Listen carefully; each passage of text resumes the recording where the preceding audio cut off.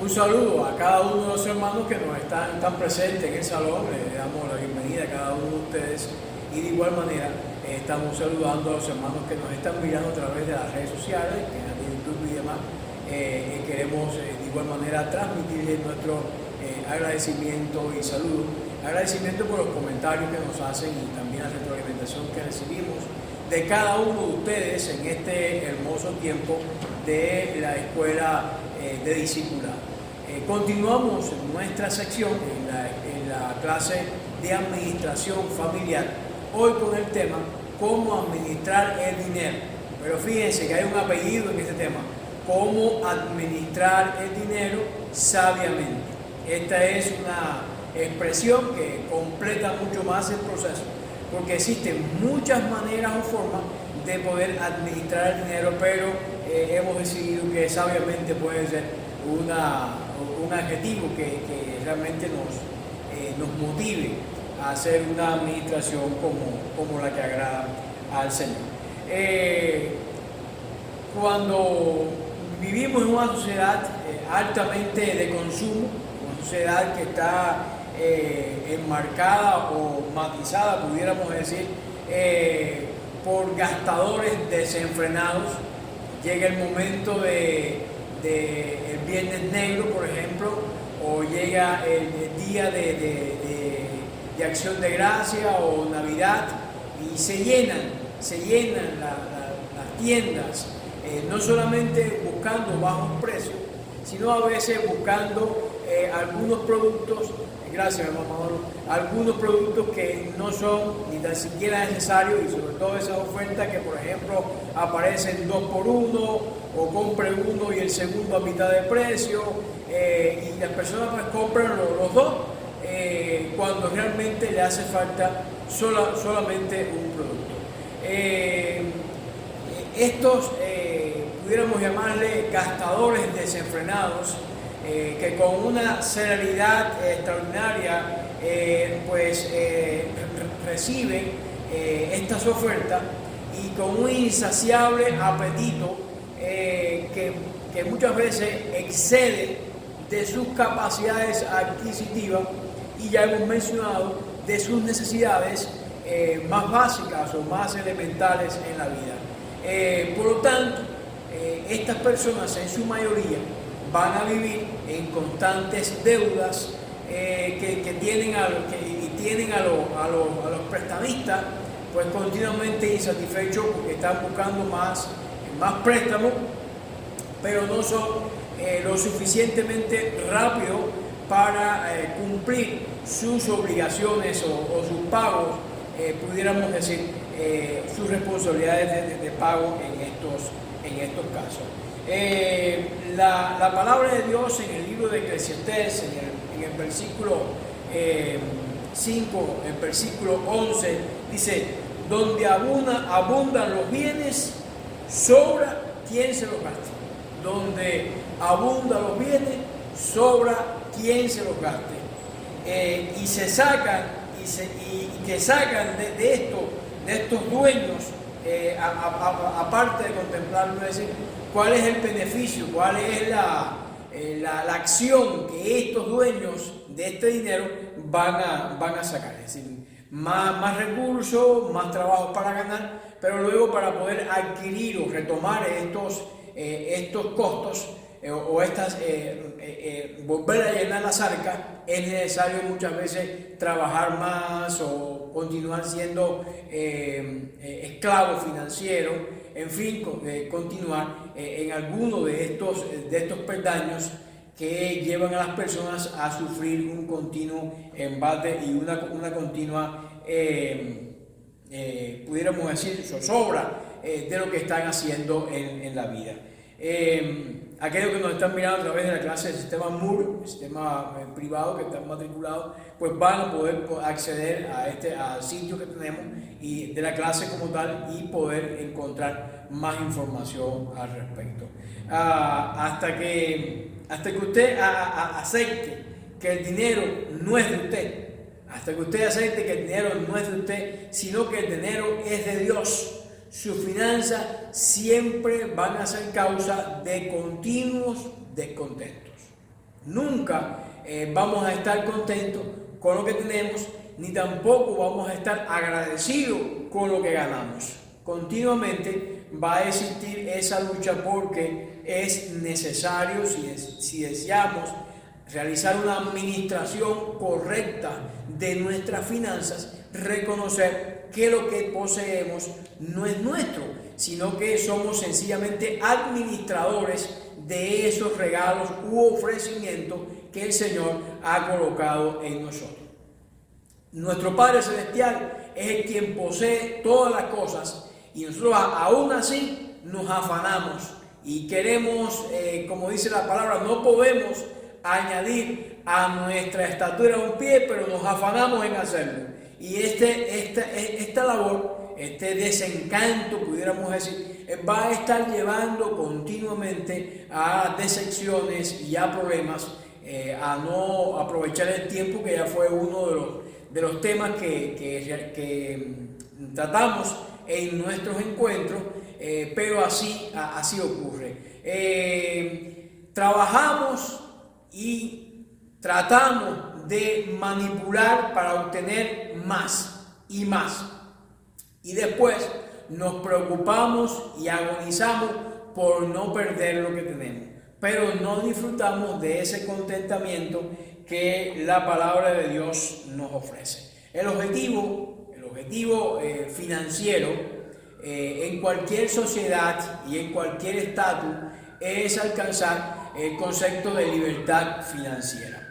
Cuando somos financieramente libres, cuando toda esta preocupación con el dinero, esta esclavitud financiera, es algo que no nos ocupa, porque vamos a ser fieles mayordomos de los recursos que Dios nos ha entregado.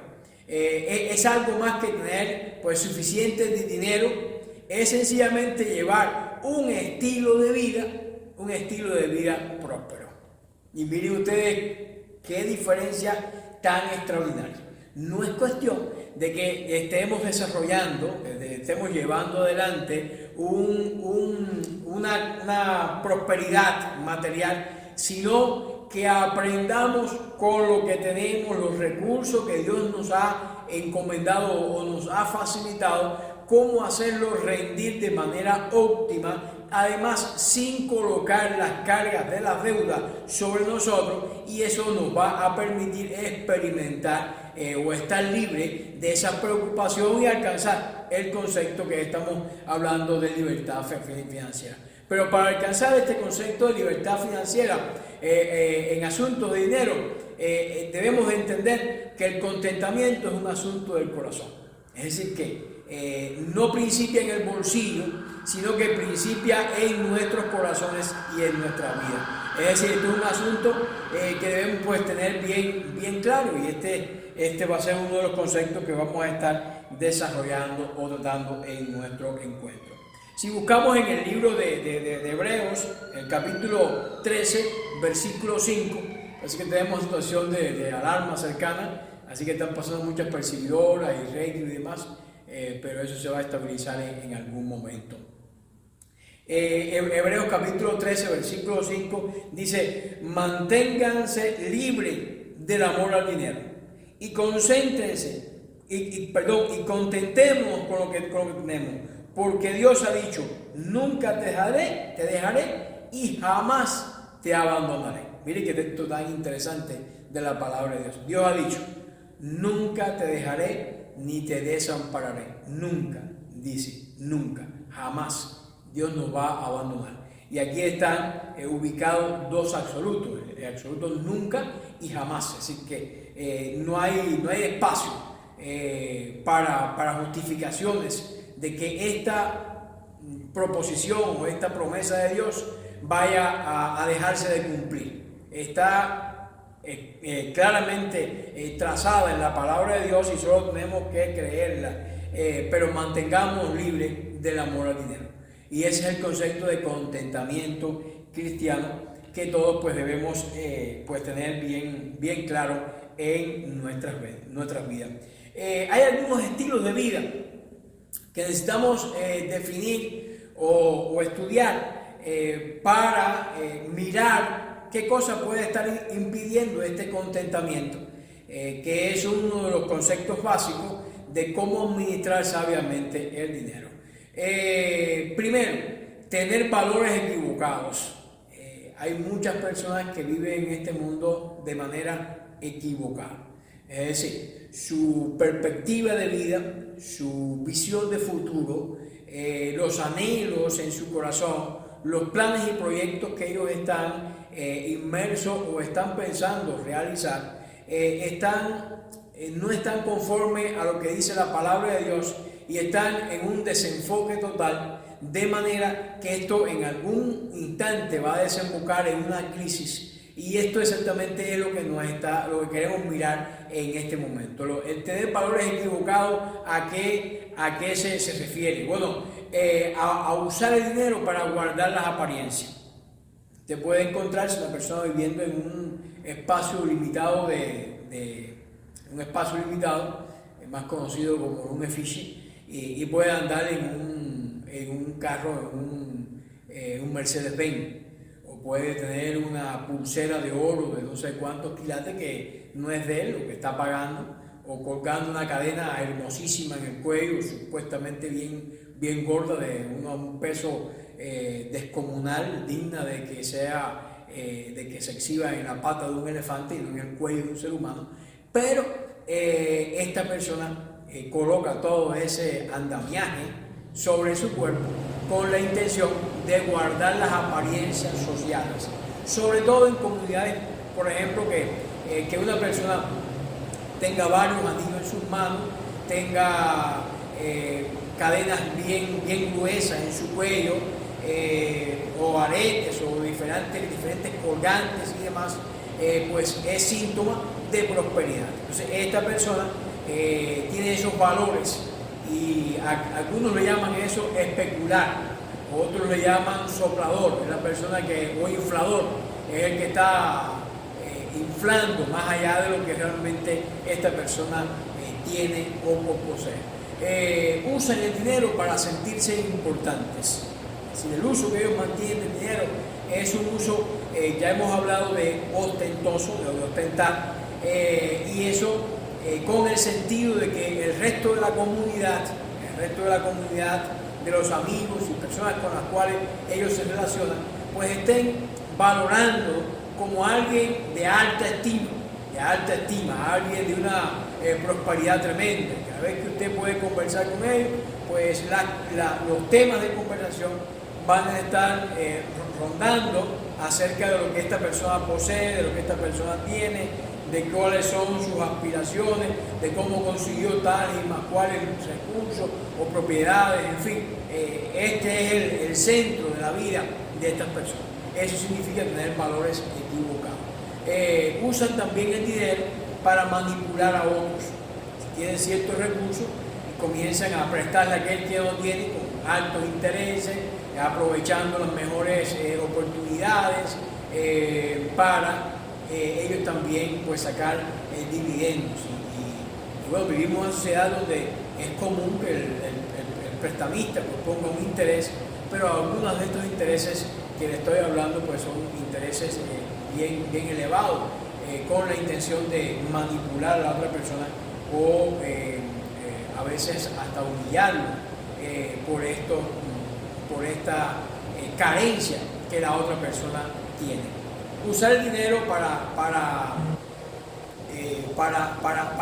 aparentar que son justos o que serán justos ante otros. Recordemos lo que nos dice la palabra de Dios: guardaos de hacer vuestra justicia delante de los hombres para ser visto,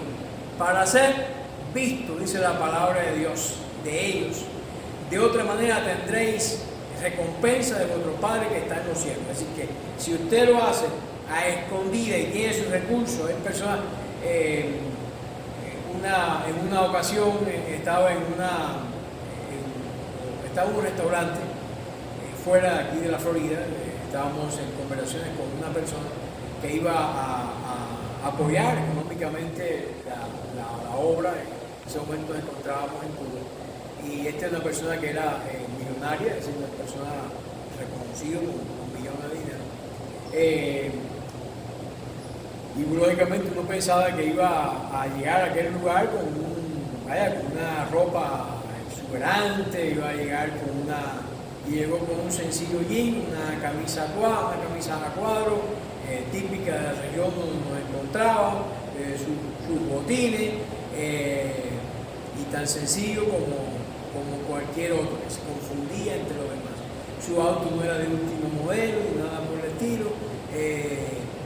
Esas eran las características que imperaban en esta persona. Sin embargo, su corazón estaba abierto y dispuesto para dar, dispuesto para ayudar y para compartir. Hay otros que no tienen exactamente nada, como decimos justamente, no tienen ni dónde caerse muertos, y estas personas entonces son capaces de formar esa especulación, pudiéramos decir, en el hecho de sencillamente que querer hacer la cosa. Tienen valores equivocados, como dice la palabra de Dios. Hay más. Otra de los enfoques, pudiéramos decir, de los estilos de vida que lleva a endeudarse, es el estilo que está la persona viviendo sin preparación. Fallan al no asumir sus responsabilidades financieras. Es decir, no hay una planificación y de pronto se van de bandazo hacia lo que en ese momento era su prioridad, pero sin tener en cuenta todos los ingredientes que conforman la vida. La vida tiene muchos matices, muchas direcciones, y es importante que uno comience a colocar en cada uno de estas, vamos a llamarle espacios o cajitas, para que todo vaya creciendo de una manera uniforme y equilibrada. Pero estas personas, por ejemplo, se van de viaje y no se ocupan de lo demás, en fin, no se preparan. Fallan al no preparar un presupuesto ni tampoco ajustarse a un presupuesto. Es decir, reciben una cantidad de dinero, pero los gastos muchas veces exceden y el estilo de vida excede esas entradas y comienzan a endeudarse, y luego tienen que ir a un proceso de bancarrota o tienen que hacer cualquier tipo de solución. Pero algunos de estos todavía están viviendo las apariencias y van a otros países, y cuando llegan parece que son rajá de la India, o son los dueños de Dubái o algo así, pero en esencia lo que están viajando es con una gran cantidad de deuda y una gran cantidad de problemas. Fallan estas personas al no planear el futuro. No todo uno lo puede planear, no lo puede planificar. No todas las cosas las podemos planificar. Pero tenemos que ver algunas cosas que son esencialmente básicas. Un seguro médico, un seguro de vida, son acciones puramente básicas que es necesario que atendamos o tengamos en cuenta. Fallan, adelante hermana, fallan al no ajustarse al salario que están recibiendo. Fallan por esa razón, están recibiendo un salario muy bajo y sus gastos son excesivamente altos. Dice el libro de Ageo, capítulo 1, versículos del 5 al 6. Pues así ha dicho Jehová de los ejércitos: meditad bien sobre vuestros caminos, sembrad mucho y recoged poco, coméis y no sois saciados, bebéis y no os quedáis satisfechos, os vestís y no calentéis, y el que trabaja a jornal recibe su jornal en saco roto. Esta es una persona que no se está preparando para la vida, no está mirando, está sencillamente todos los días haciendo las mismas cosas, haciendo mirando cómo sus bienes se disipan, pero no es capaz de sentarse a pensar qué está pasando o cómo yo puedo revertir eso que está aconteciendo o eso que está pasando que está dañando pues mi vida en ese razón. Y es que aunque vivimos en un mundo capitalista, hay mucho materialismo entre nosotros. Es decir, a veces pensamos que el materialismo, ¿no?, es esencia del comunismo, pero el materialismo forma parte de la sociedad en todas las esferas. ¿Y cómo es un corazón materialista? ¿Cómo es un corazón materialista? Un corazón materialista es alguien que está enfocado en lo material, no está enfocado en lo espiritual, y por esa razón su perspectiva de vida, como ya hemos visto, está desenfocada, y su manera de atender el dinero está también desenfocada en ese mismo sentido. Dice Proverbios capítulo 22, versículo 4. La recompensa de los humildes y del temor del Señor son la riqueza, honra y la vida. Pero vean ustedes cómo la riqueza, la honra y la vida vienen como recompensa ¿de quién? Del Señor. No es a la inversa, no es a la inversa. No dice el texto que la riqueza, honra y la vida son recompensadas por el Señor. No, es el Señor quien recompensa. Es decir, que es importante que aprendamos el orden que este texto nos concede. Todo comienza de adentro hacia afuera. Por eso es que la Biblia dice que de la abundancia del corazón habla la boca. La boca está exterior, externa, y el corazón es un órgano interno. No significa que el corazón está hablando, sino que lo que está en nuestro interior es lo que vamos a proyectar hacia el exterior. Aquí nos está diciendo que tiene que haber un corazón que no esté enfermo de materialismo. Y un corazón así es un corazón que está libre del orgullo. Un corazón orgulloso es todo lo contrario. Este es uno de los sentidos de personas que están tan orgullosas por sus posesiones, están enfocados en esa riqueza y no están mirando que esas posesiones, en la mayoría de los casos, son transitorias o pasajeras, pudiéramos decir. Y es que el corazón de una persona materialista es un corazón codicioso, está lleno o enfermo de codicia. Tengan cuidado, fíjense lo que dice la Escritura, tengan cuidado, advirtió Jesús a la gente, absténganse de toda avaricia. La vida de una persona no depende, dice Cristo, de la abundancia de los bienes. Entonces, los ejemplos que hemos visto anteriormente, ¿dónde quedan? ¿Dónde quedan estas personas que son especuladoras o infladores? ¿En qué posición o plano quedan bajo este texto? Cuando este texto los alumbra, evidentemente su enfoque de vida es errado y no está acorde a lo que la palabra de Dios nos está diciendo. Es decir, que el Señor nos advierte: absténganse, por favor, absténganse de toda avaricia, porque la vida de una persona no consiste en la abundancia de los bienes que esa persona vaya a poseer.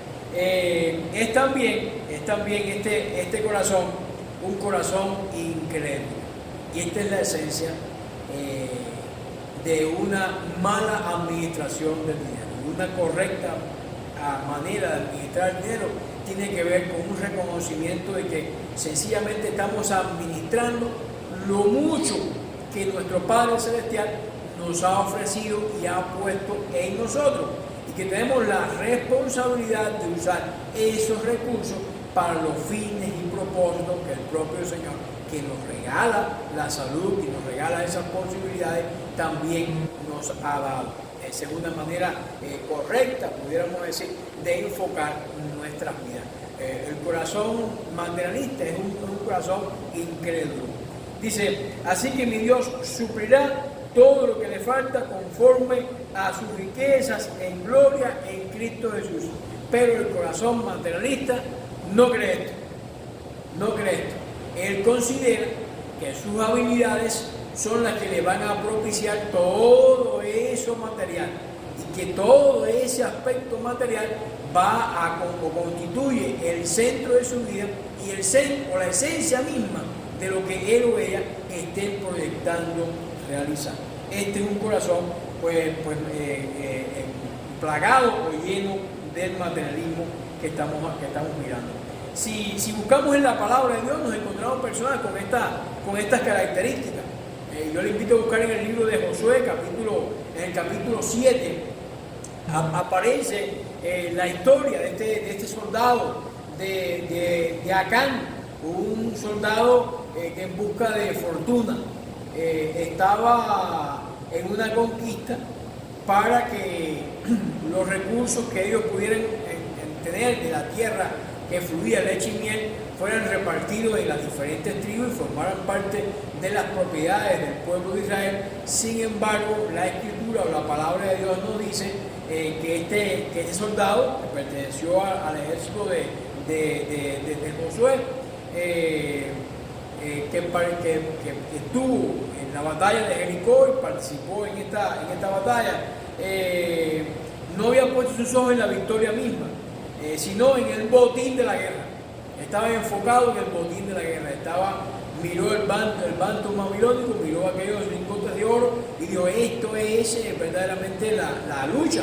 Esta es la esencia misma de la batalla.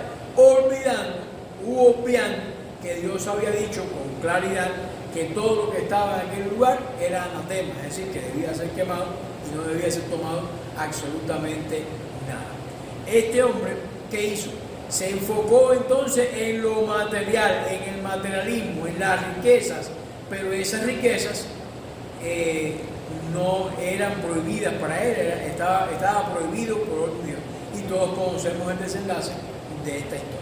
Este es un buen ejemplo en el Antiguo Testamento de una persona materialista, es decir, un materialista que está ahí pues bien presente, pudiéramos decir.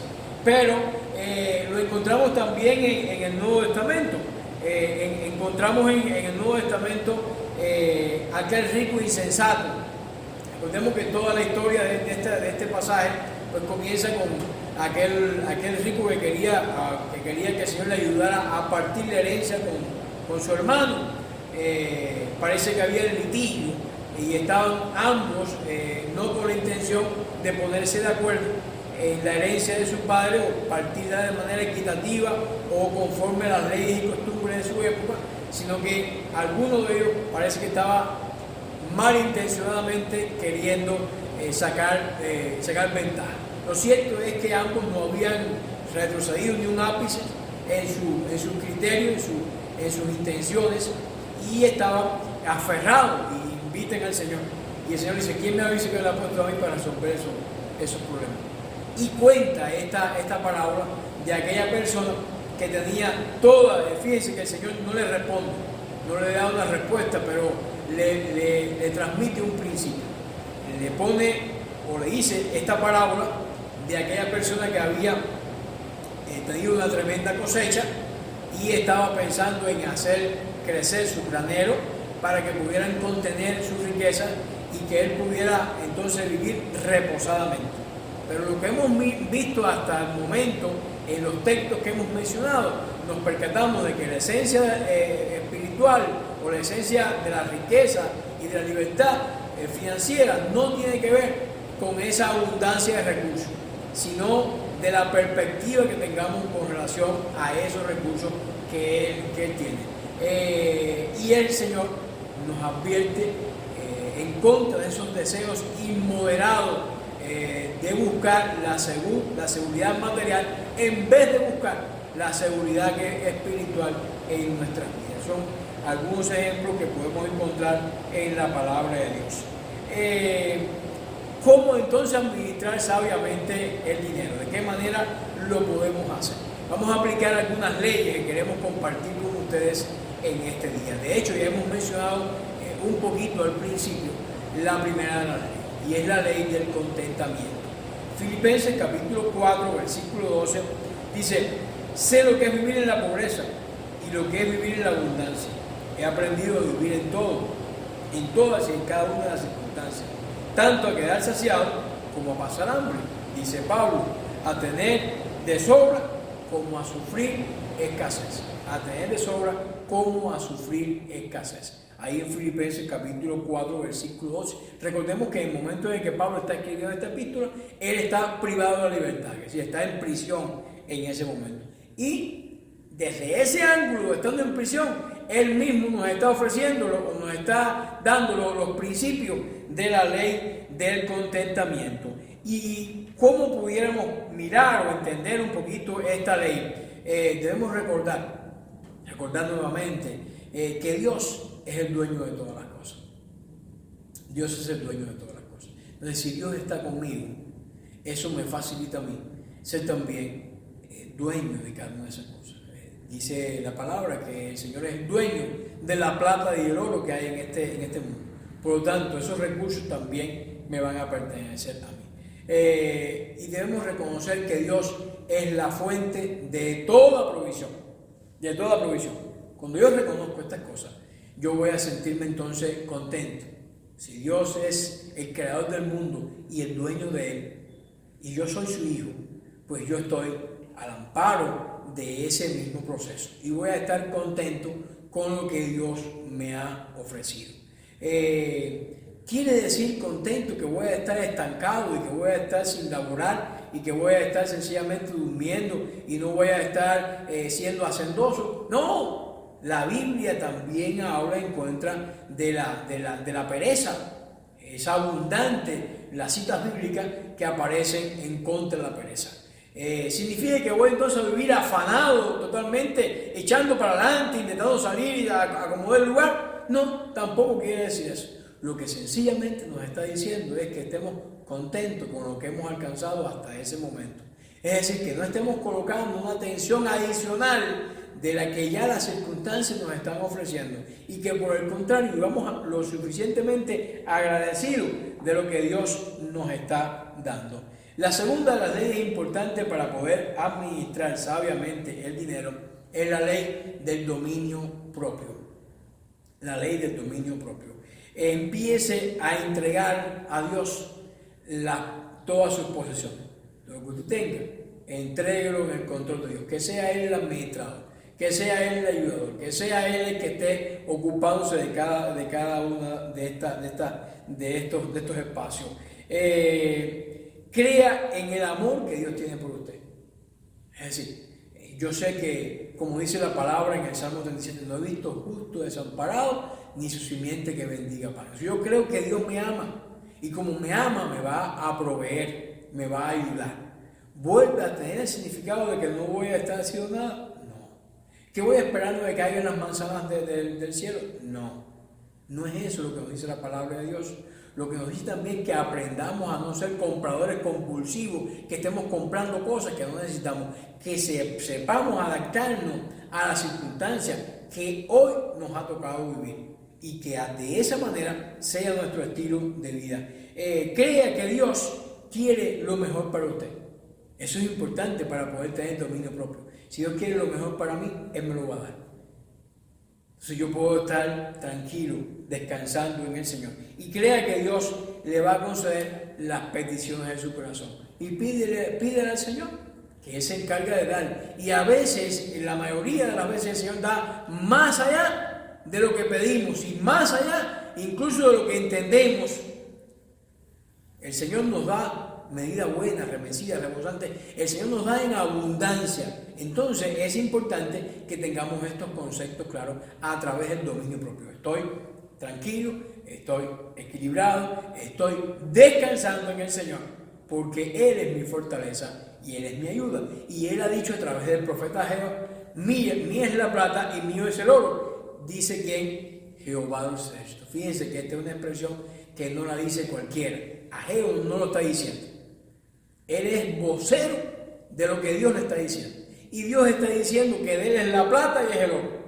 Es interesantísimo mirar este texto bajo ese ángulo, con todas las, como decimos en buen español, con todas las letras, ¿no? con toda la connotación que ese texto tiene. Mía es la plata y mío es el oro. Dice Jehová de los ejércitos. Este es algo bien interesante o importante.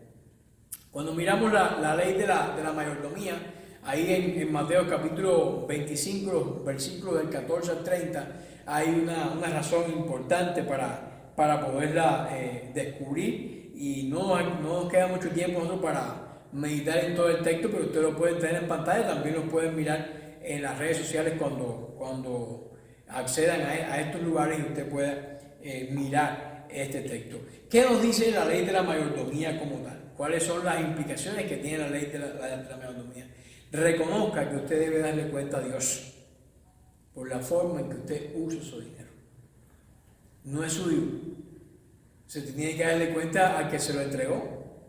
No acabamos de leer en Ageo, mío es la plata y mío es el oro. El dinero que tiene usted es del Señor. O sea, ¿de qué manera yo voy a estar? ¿De qué forma yo voy a estar usando el dinero? Dar cuenta. ¿Qué significa entonces? ¿Qué significa la ley de la mayordomía? Dar cuenta. Saber exactamente cuáles son sus ingresos. ¿Cuáles son sus ingresos? Usted tiene que sumar el dinero que usted recibe por su trabajo, por trabajos extra, por determinados lugares o planes o programas en los cuales usted esté involucrado. Todo ese dinero que usted va a estar recibiendo, usted tiene que saber a cuánto asciende esos recursos. Pero también debe saber cuánto usted gasta. Es decir, tiene usted que tener una visión clara de su entrada y de su salida, de sus ingresos y también de sus egresos. Saber exactamente en qué se gasta, mire, ahora que los precios se han incrementado tanto, usted va y compra yo le llamo hierba a los vegetales. Usted compra un mazo de hierba y usted va para su casa y se van 80 pesos, 90 pesos, ni nada, un poco de acerca, algo muy elemental, nutritivo, saludable, orgánico, como usted lo quiera llamar, pero se fueron $80 en esa compra. ¿En qué gastamos? El saber en qué gastamos nos ayuda mucho a establecer un presupuesto, porque siempre a veces tenemos fugas y sin pensar gastamos algo que no debíamos gastar. Y eso se va a ver reflejado si tenemos una visión clara de nuestros ingresos y de nuestros ingresos. Saber ahorrar sin importar cuánto gane. Cuanto usted gane, usted tenga un espacio para el ahorro. Desarrolle ese estilo de vida, el estilo de ahorrar. Algunos recomiendan que se ahorre el 5%, que se ahorre el 10% y el 5%. Si usted tiene, por ejemplo, deudas en tarjetas de crédito, que son comunes a veces, que usted vaya con ese 5% saldando esa deuda. A veces las deudas son tan grandes, pero esperemos que no sean así las suyas. Y un 5% de todas formas usted lo vaya colocando en una cuenta de ahorro de sus ingresos. Usted puede tener una emergencia, usted puede tener algo con lo cual usted contar en un momento determinado. Saber ahorrar, como hemos dicho, sin importar lo que usted gane. Sepa ahorrar. Siempre tenga sus ahorros. Que gana más, va a tener más ahorros. Pero sin importar cuánto usted gane, lo interesante es tener esta ley clara en nuestras vidas.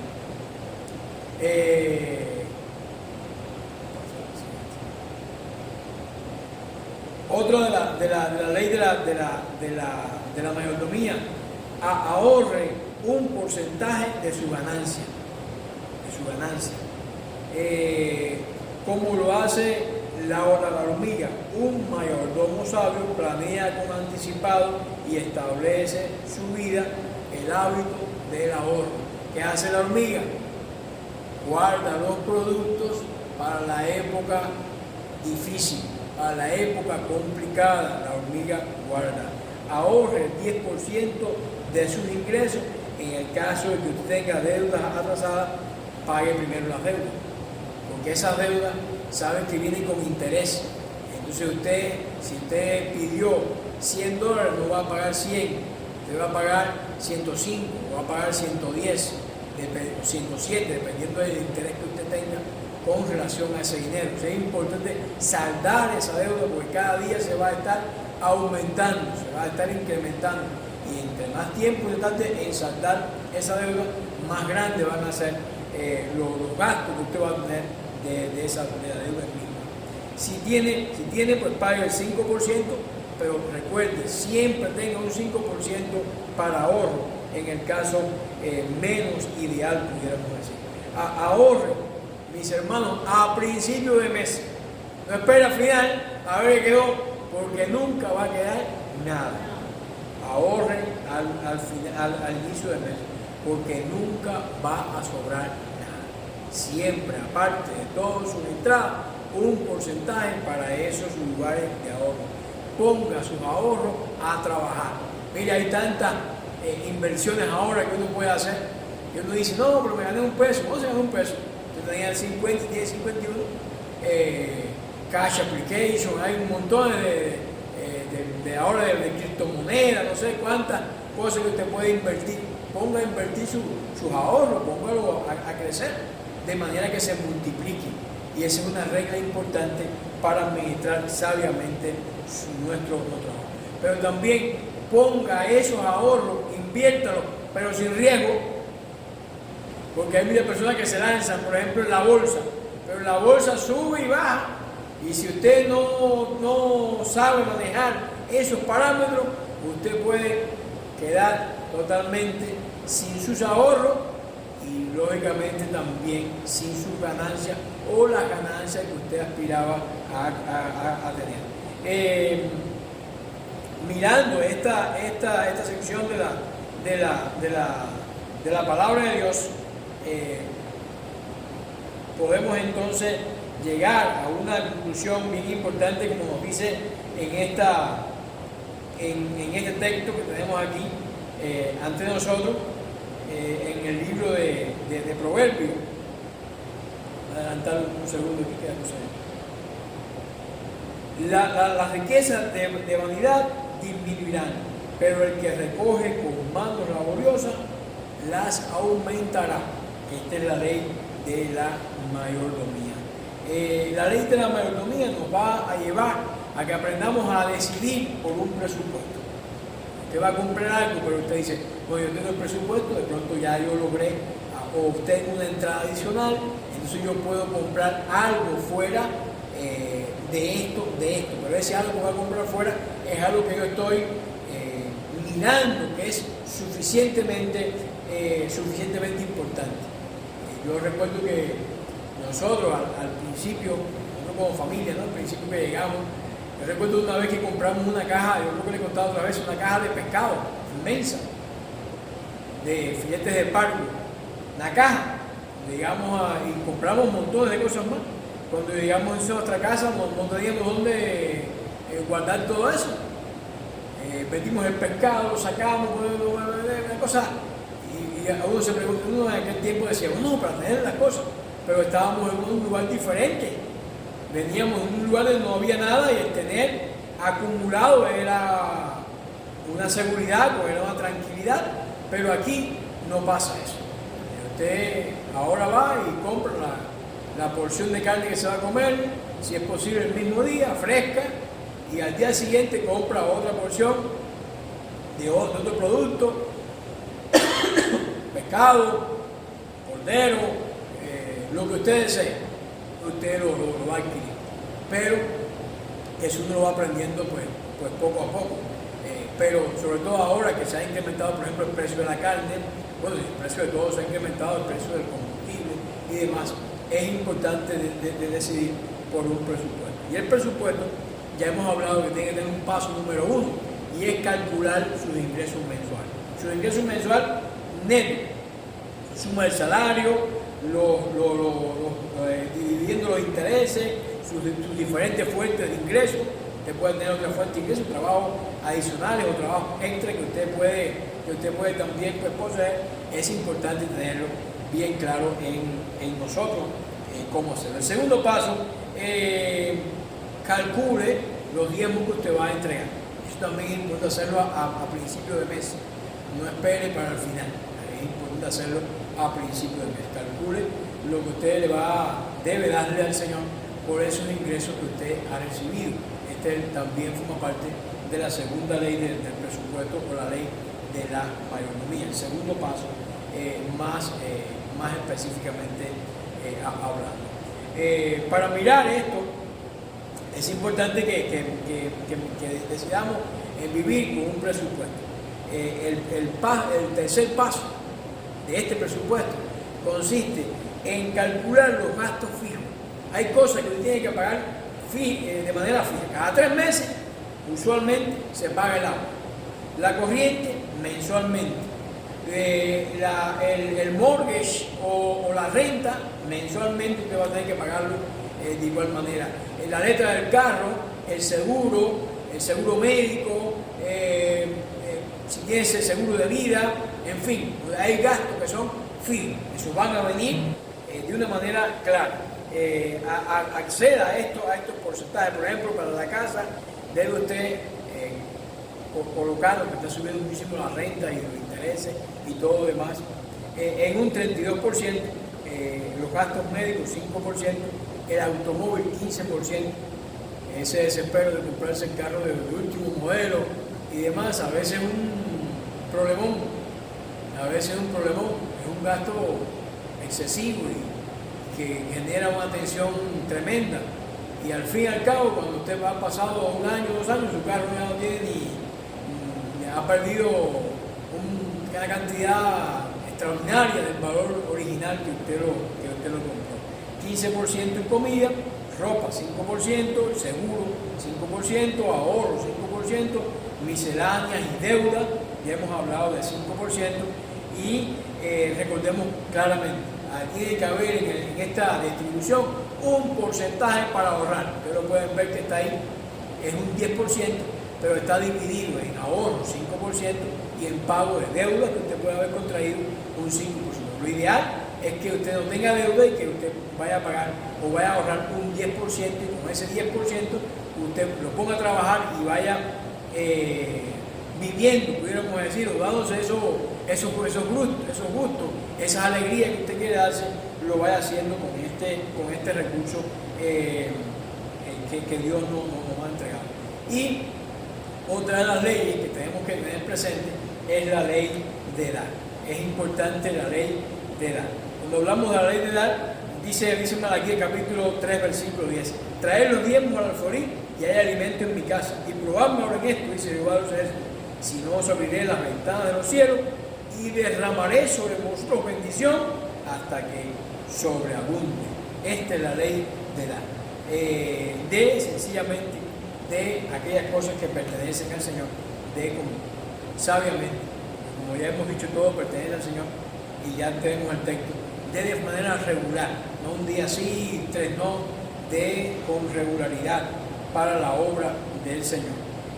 También de manera sacrificada, no espere que le sobre, sino que usted sacrificadamente esté dispuesto a dar. Y dé con alegría. Recordemos que Dios bendice al dador alegre y dé generosamente al pobre y al necesitado. La ley de dar. Recordemos que dice la palabra que más bienaventurado es dar que recibir, y esto es importante. La ley de las peticiones, que es una de las últimas en este proceso de cómo administrar sabiamente los recursos. Usted tiene que pedir acorde a lo que Cristo tiene, pero para hacerlo debe haber aceptado a Cristo en su corazón, debe confesar sus pecados si hay algo que usted reconoce que está o detecta que está mal en su vida, y usted debe pedir dentro de la voluntad de Dios cosas que sean realmente de acuerdo a lo que la palabra de Dios nos declara. Cree que Dios tiene poder para responder y esté dispuesto a aceptar su voluntad, esté dispuesto a aceptar la voluntad de Dios. Y esto es importante. Algunos consejos adicionales y finales. La 10ª parte de todo lo que gane, délo al Señor. Y pague de manera constante sus deudas. Pague sus deudas. Hágase responsable. Usted la pidió, pague su deuda. Otro consejo importante. La 5ª parte de todo lo que gane, usted tenga un plan sistemático de pago a sus acreedores y también un pago de ahorro, que es el que viene al final. Consejo importante que debemos tener presente. Reconozca que debe reducir sus estándares de vida. Hay cosas que no hacen tanta falta, que son pacotillas, que son inservibles, que no cambian la vida, que alimentan el orgullo, alimentan la codicia, pero que no son para nada importantes para nosotros. No gaste más de la 8 décima de lo que usted está teniendo, ¿no? Es decir, renuncie a endeudarse.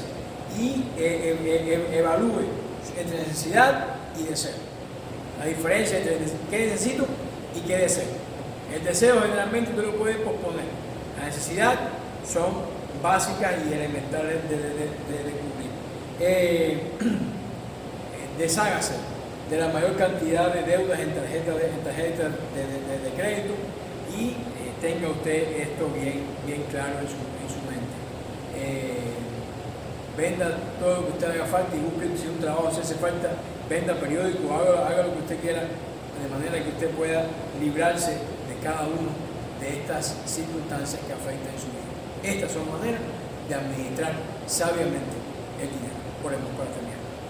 Padre, te damos gracias por tu palabra, de manera que nos aconseje, nos ayuda, y permite Dios que podamos colocar cada uno de estos elementos en nuestra vida para hacer nuestra administración sabia, conforme a tu palabra, más útil para nosotros. En el nombre de Dios oramos. Amén.